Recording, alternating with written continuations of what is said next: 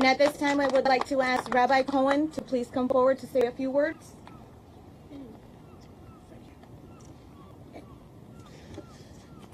This morning, we protest our government's ill-advised and short-sighted immigration policies and demand that steps be taken to repair the damage already done.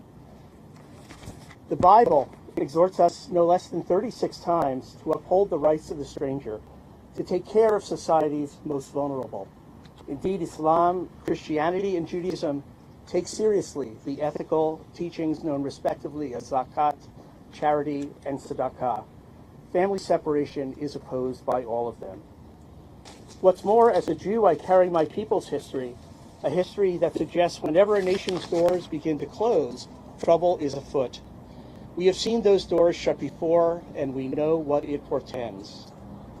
When a strongman leader singles out a vulnerable minority from blame and persecution, we hear echoes of the past. We know such strongmen. We've heard them before. When our president speaks in dog whistles, using coded words that reduce groups of people to negative stereotypes, or in his words, vermin that are infesting America, while at the same time painting immigrant youth with the broad brush of MS-13, we remember such stereotypical slurs being used by history's worst butchers. We've seen such malevolence before. When government functionaries split up families, telling parents to go in one direction and children to go in another direction for a bath, knowing full well that they will be separated and that the government doesn't have a clue if, when, or how they will ever be reunited. We hear the cries of other babies ripped from their mother's arms. We recognize this cruelty. We have witnessed the banal evil of bureaucrats before.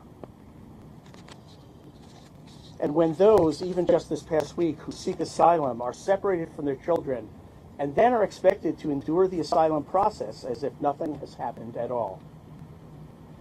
The Talmud speaks about the sin of Sodom and Gomorrah, which according to biblical clues and rabbinic interpretation concerned the treatment of foreigners.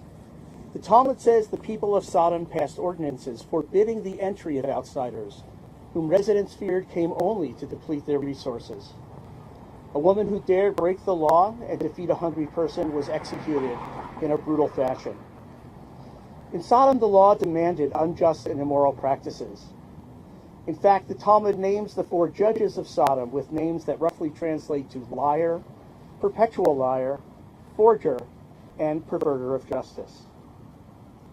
It seems we're witnessing a similar event in history in which lies have taken the place of truth. And this message board, which you'll be hearing about in a little bit, is a major step in combating that. So what can we do? We can reiterate our opposition to policies that are indefensible and continue to assert that we will not stand idly by. We can shed light on what the government intends to hide in the shadows. And we can refuse to sink to the level of Sodom and Gomorrah and instead be the best America we can be. And we can continue to draw strength from our faith and respective traditions, like, for example, this one. In the 1600-year-old Talmud, the rabbis asked the question, does God pray? After much discussion, the answer is the following. Yes, God prays. And what does God pray? The following. When I sit in judgment of humanity, may my attribute of strict justice always be overcome by my attribute of compassion and mercy. As we continue to resist democracy's degradation, let us agree and commit. If privileging compassion and mercy over strict justice is good enough for God, it's good enough for us.